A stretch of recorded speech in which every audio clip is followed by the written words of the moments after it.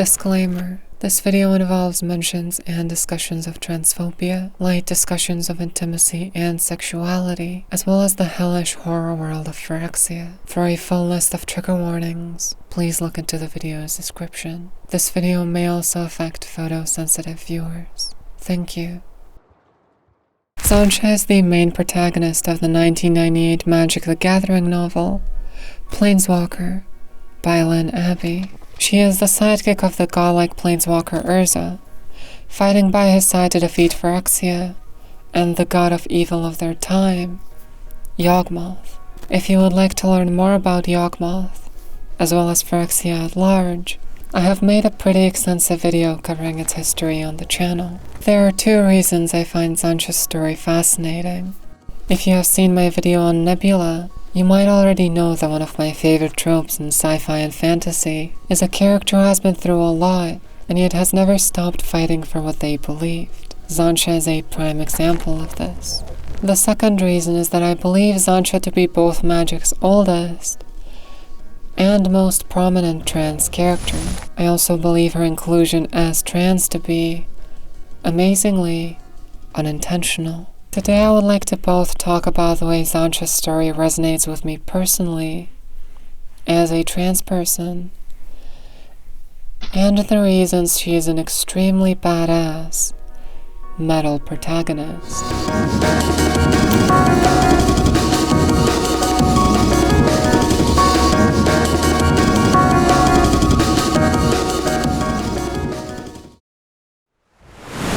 The beginning was liquid, thick and warm as blood, dark and safe. After the liquid came light and cold, emptiness and hard edges, a dim chamber in the vein of flesh, the first place she'd known, a soot-stained monolith of Phyrexia's fourth sphere. Her beginning wasn't birth, not as Urza had been born from his mother's body. There were no mothers or fathers in the decanting chamber, only metal and leather priests tending stone-gouged vats.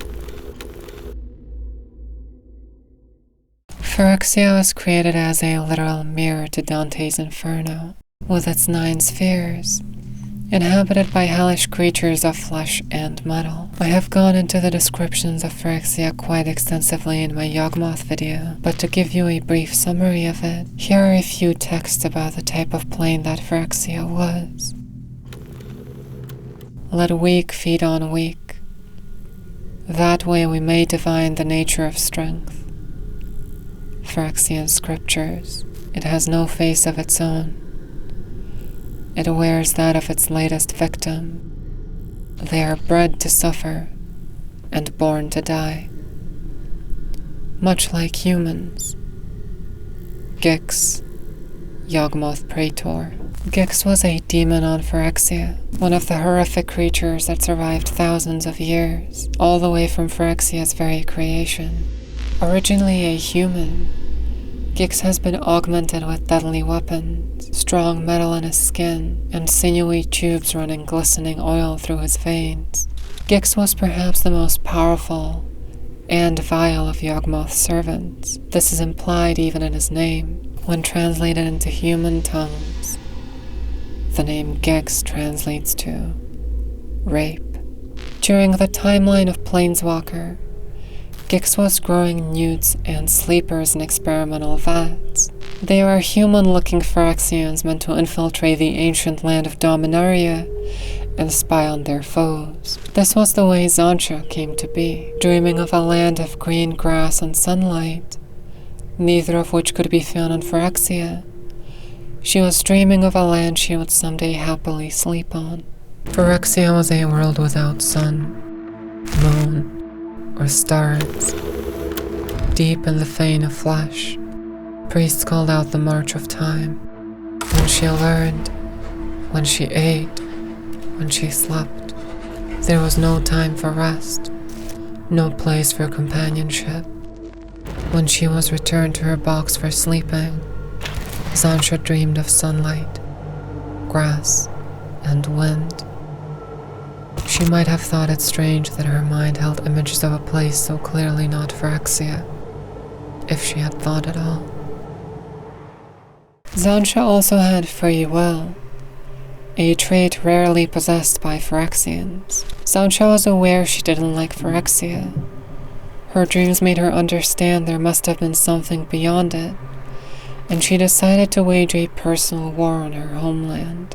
They had rebelled, a word as forbidden as the Ineffable's true name, and almost as feared. From something as small as cutting her hair, to accidentally destroying artifacts she was meant to retrieve, to rigging war machines so that they would fight back and attack once out of her hands, Xantcha's rebellion was in motion. Xantcha was originally created completely sexless, with Phyrexian society having very little conception of gender. Or as Xantcha puts it in the book, Phyrexians know about gender. They have simply decided that it is the way of flesh, which I'm sure someone out there could make their own video essay on. But Xantcha realizing that she is female was actually one of her first acts of rebellion. This poses an interesting question.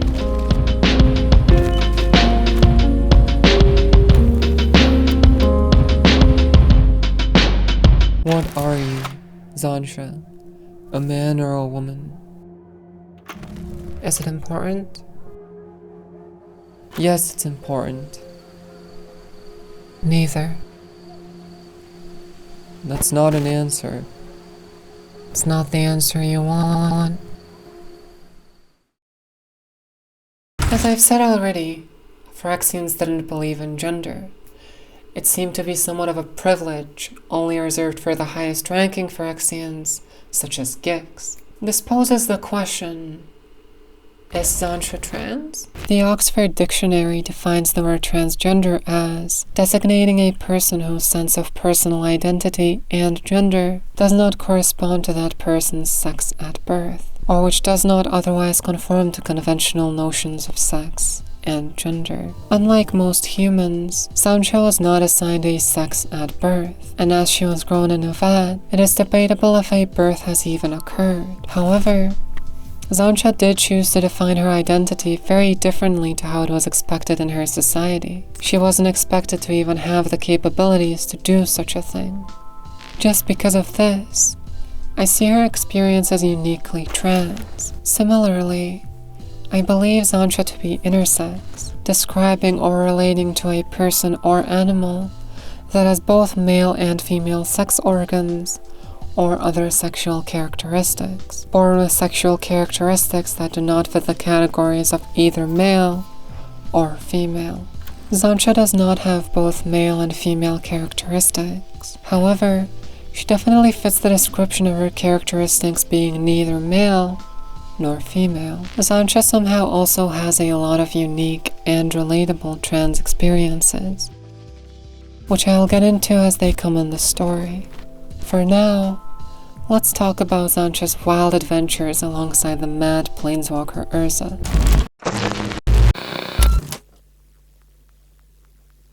Urza had outlived his souls. The Silex had blasted him out of Judgment's hands. No penance would ever dull the ache of failure. Originally a human from Dominaria, Urza went on a destructive, decades-long war with his brother Mishra. The war was fought over a magical stone they had found when they were still children, and which they split into two halves, neither of them willing to fuse their half of the stone with the others.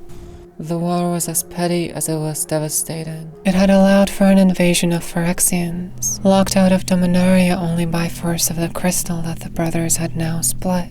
Gix manipulated Mishra and turned him into a machine, man-monster. When Urza saw what his brother had become during their final face-off in Argoth, he decided to activate the mysterious Golgothian Silex, a device of unseen power which sent the entire continent into smithereens, ending the fratricidal war and ushering in a 2,000-year-long ice age over Dominaria.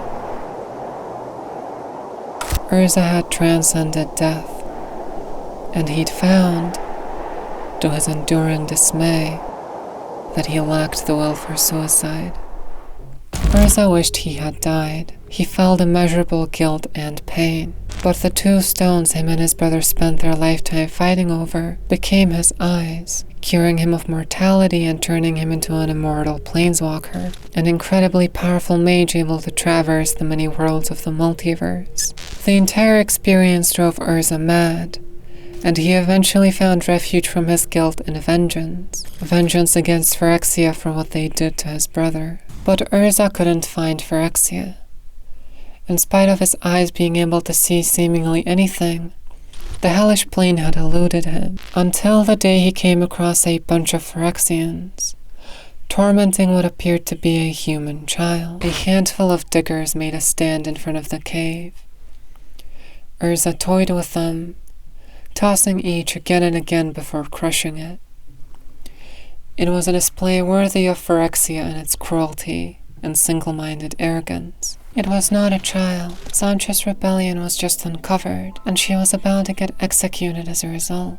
Urza rescued her and allowed her to stay by his side. In spite of her origins, their goals of fighting back against Phyrexia aligned. Xantcha told Urza where to find Phyrexia, and he fought against it. She also warned him of Phyrexia's power, the power of a literal planet and all of its inhabitants. Urza, however, ignored her and decided to go to war with Phyrexia alone. He lost horribly, getting cursed by Yawgmoth himself. He could have very well died in Phyrexia, had it not been for Xantcha bravely running up his war machines, rescuing the wounded planeswalker. Every instinct said run. Now, alone. Xantcha resisted. Urza had rescued her when she'd had no hope. She wouldn't leave him behind. Xantcha reached across the couch and took Urza's wrists as he saw off and took hers. She steeled her nerves and stared into his seething eyes. Now, Urza, we've got to leave now. Walk us somewhere safe, to the cave where he took me, and leave that name behind. She screamed her own name at his face. His hands grasped hers and her vision went black. Xantcha proved to be very caring after, as well, despite barely ever experiencing care throughout her own life. Without her willingness to brave his hallucinations, he would have gouged the gemstone eyes from his skull and put an end to his misery. But in spite of saving his life and all of that, and being a friend of hundreds and thousands of years, Urza was not a very good friend to Xantcha. A lot of this can be attributed to his mental illness and madness. However, I'll say this to you, and I'll say it to Urza the Planeswalker. Mental illness is not an excuse. Also, doubly so, when said mental illness was caused by a devastating, continent-blasting war that you started yourself. From the very beginning of their friendship, Urza saw Xantcha as a tool to be used first, and a friend second. I thought of doing like a Heimerdinger impression for Urza's voice, but I'm not sure if that's a good idea. You are a danger to others and to yourself, but not to me. I'll unlock your secrets and find answers I need for my vengeance. I'm having fun doing this, so maybe it's the right thing to do. Do you hear me, Xantcha? Can your empty mind understand? You never listen to me. I always listen, Xantcha. You are rarely correct. I'll keep going with this. Urza is now Heimerdinger. Xantcha knew her mind was empty. She was Phyrexian, a newt engendered in a vat of turgid slime. She had no imagination, no great thoughts or ambitions, not even a heart that could be crushed by humiliation, whether that humiliation came from Urza or Gex. Of course, Xantcha had an imagination. She had dreams.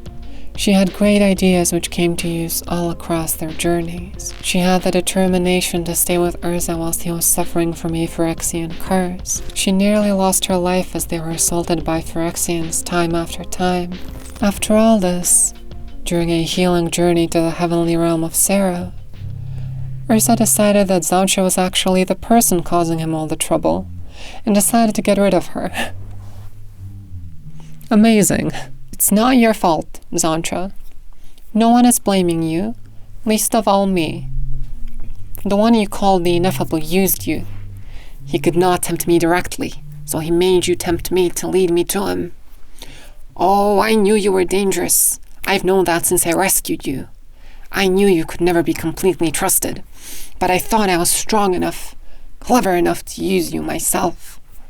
In a very metal showcase, Xantcha ripped out her Phyrexian heartstone out of her body and gave it to Urza to convince him to stay. If you think I'm untrustworthy, if you think I belong to the ineffable, crush it and I'll die. I swore I'd never betray you.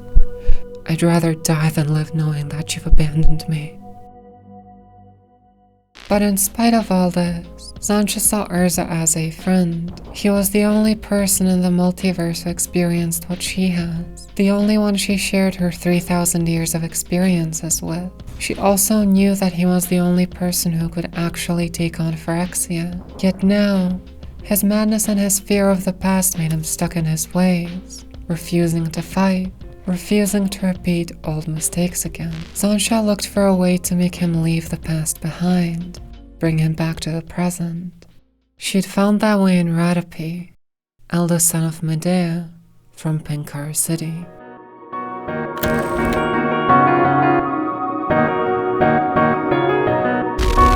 I don't mind doing the heavy work. I like the company, the friendship. Ratepe was more than a friend, though both of them were careful not to put the difference into words. Even after 3,000 years, Urza still felt guilty for losing his brother to Phyrexia, a guilt that kept him stuck in the past, beating himself up. Xantcha desperately wanted him to get out of this state, knowing Phyrexians were already invading Dominaria, unable to stop them herself. Now Xantcha came up with quite the imaginative plan to get Urza out of his slumber. She decided to travel out and buy a slave, one who resembled Mishra in looks and attitude, and bring him to Urza to bring him back to the present. This works? As if by fate, Xantcha met Ratepe in the first town she came into. He was a young, beat-up slave, originating from a wealthy family before they got killed, and he himself got taken in by slavers. Pretending to be his cousin, Xantcha bought him and decided to bring him to Urza. Ratepe resisted and fought back, as any slave would, assuming they were just bought by a strange young boy. Xantcha was, however, physically much stronger, overpowering Ratepe with ease. Whilst her Phyrexian origins kept her looking eternally young, the needs of the hellish world also made her much stronger than the average human. Ratepe was also, much like Mishra, very intelligent and quick-witted. So the man you call Urza thinks that he could have stopped the war. What do you think? Urza being Urza, he nearly killed Ratepe when he first met him. He did, however, see his brother in him, even describing him as Mishra's avatar. They became friends, to the extent that Urza could be anyone's friend, and shared fascinating discussions together.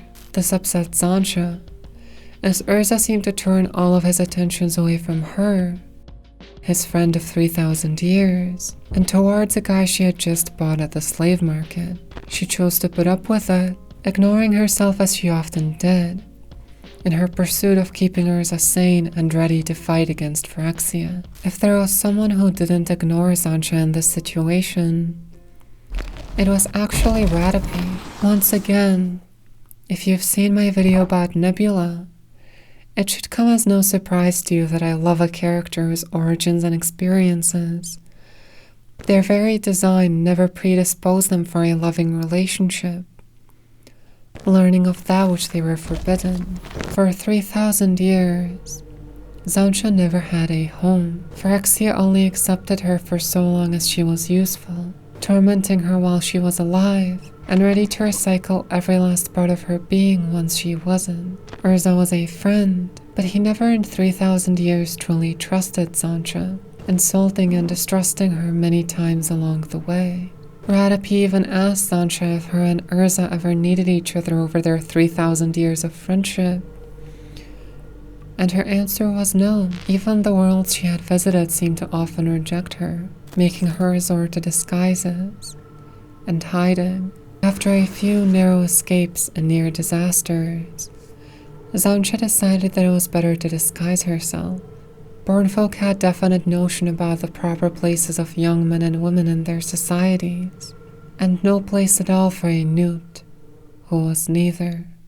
In spite of the 3,000-year age gap, which is something I have decided to purposefully not get into because it is outside of the realm of human understanding, the circumstances of it, but also because that is not a conversation I want to have on the internet. They had about the same amount of experience with love, Ratepe maybe more so than Xantcha. The notion of love fascinated her. In spending most of her life in Urza's shadow, or hiding her unformed flesh beneath a young man's clothes, she'd had very little opportunity to learn love's secrets. Here, I would like to get a little bit sappy and a little educational.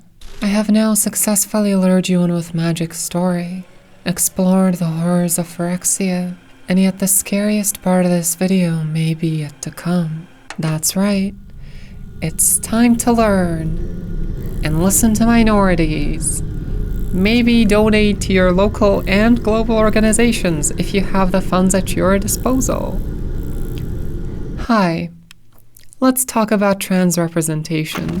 As a trans person reading Planeswalker for the first time, Xantcha's character and experiences made me genuinely emotional. I don't often see people like me in media today, and to see a character in this random 90s novel that I can relate to so much is amazing to me. Xantcha experiences gender dysphoria, a state of severe distress or unhappiness caused by feeling that one's gender identity does not match one's sex as registered at birth.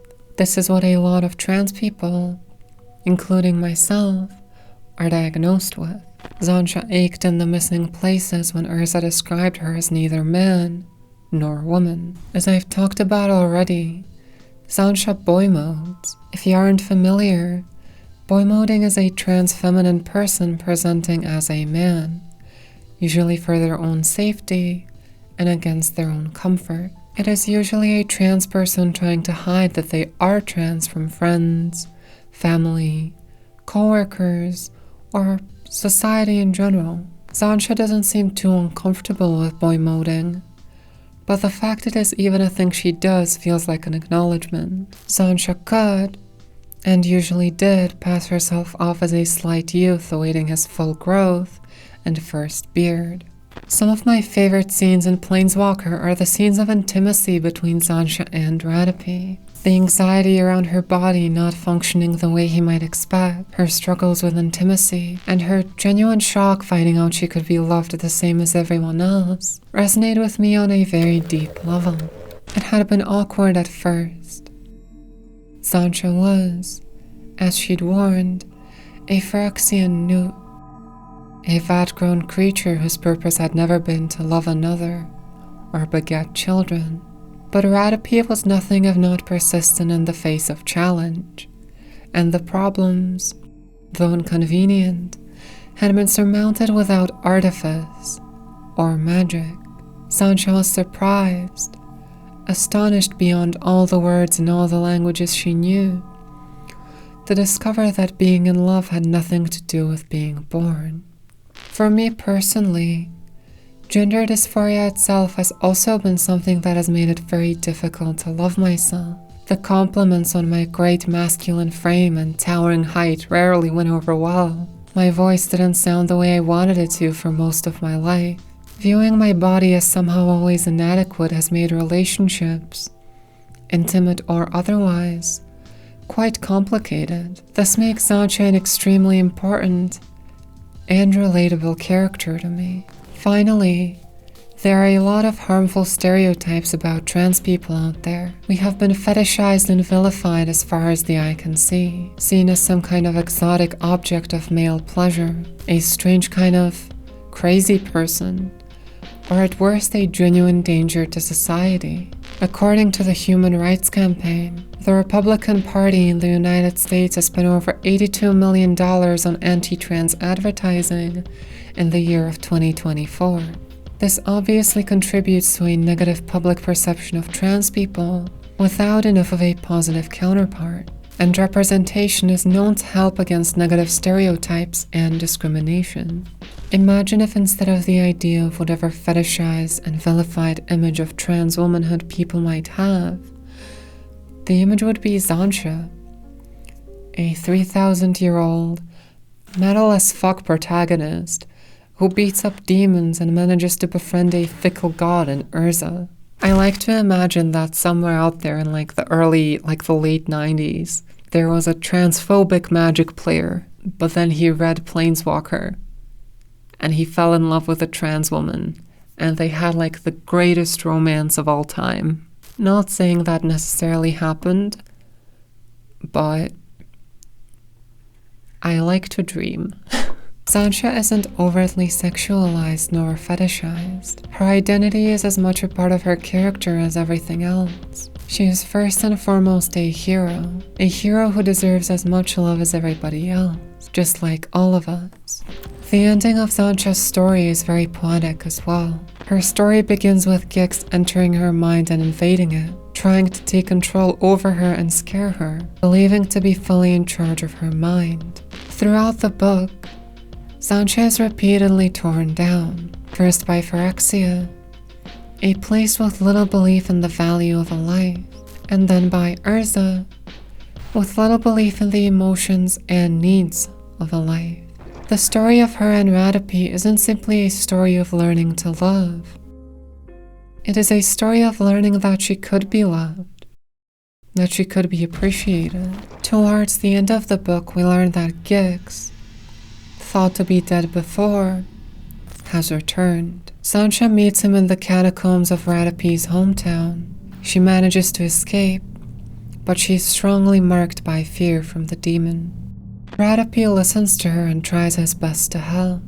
In a final battle between Urza and Gix in the caves of Koilos, Urza is fighting a losing battle. Gix is attempting to take his eyes back through time, using incredible amounts of magic to do so. In her final moments, Xantcha learns to trust herself, and in that moment sacrifices herself, along with her lover, to defeat the demon who struck fear in her entire life. Xantcha sacrificed herself to protect the multiverse from the demon of rape. I can't imagine a more honorable cause. Now, this video has been quite heavy. Certainly for me, I'm not used to sharing this much personal experience around here. And I'd imagine it wasn't the most light-hearted watch for any of y'all either. And I'd like to offer a bit of a palate cleanser or just a little casual rant before we reach its conclusion. And that rant is about Xantcha alt cards, or alternate art cards. Doing research for this video, I've had to look across a lot of pictures of Xantcha, a lot of what people have said about her, and I have found these alternate arts which genuinely bother me. Now, in general, I'm fine with proxying and alternate arts. I think all of that stuff is very cool. I'm glad people are being creative. However, stop turning Xantcha into a big titty waifu, please. I love boobs as much as everyone, but it is literally important to Xantcha's character and experience. It's a part of the plot that she does not have secondary sexual characteristics. And I understand that this is pretty much like me complaining that the boobs aren't canon, but I feel like this is once again erasing a trans character just so straight men can look at boobs. And I feel like as a society we've done that enough at this point. So yeah, that's the rant. Now on to the conclusion of this video. Xantcha had become a true name, and confronted with him, Xantcha became her. The notions for male and female, dominance and submission, were already in Xantcha's mind, rooted in her dreams of soft, green grass and yellow sun. One of the few parts of Planeswalker and of Xantcha's character I genuinely dislike is that her identity is often defined by what Gix did to her. It is said multiple times throughout the book that him invading her mind created her. Phyrexian's not a tricky language. There are no families, no need for men or women, no words for them either, except in dreams. I had no need for those words until I met a demon. He invaded my mind. After that, and because of it, I've thought of myself as she. As I've said before, I don't believe Xantcha to be an intentionally trans character, so I believe there was no malicious intent behind this, but it is something that bothers me. If we see Xantcha as trans, it implies that gender and sexual identity are something that can be cured, something that isn't natural and comes along as a result of bad past experiences. The book is also a product of its time. The idea of male dominance and female submission feels pretty outdated in today's society. Hi, I'm a top. Harmful or not, let's not define real-life trans experiences by trauma. As I've touched upon throughout this video, being trans is often very difficult because of the internal feelings we go through. Combined with the oppression and stereotyping, this creates a difficult environment for trans people to exist in today's society. If you would like to give material support to trans people across the world, I have left some charities you can donate to in the video's description. I am setting a donation aside from my own money as well. More importantly, however, respect the trans people in your communities. Listen to their needs and try and understand what they're going through. It is a very complicated and individual experience, and something everyone deals with differently. Xantcha waited 3,000 years before learning of love. We don't have that much time. Thank you.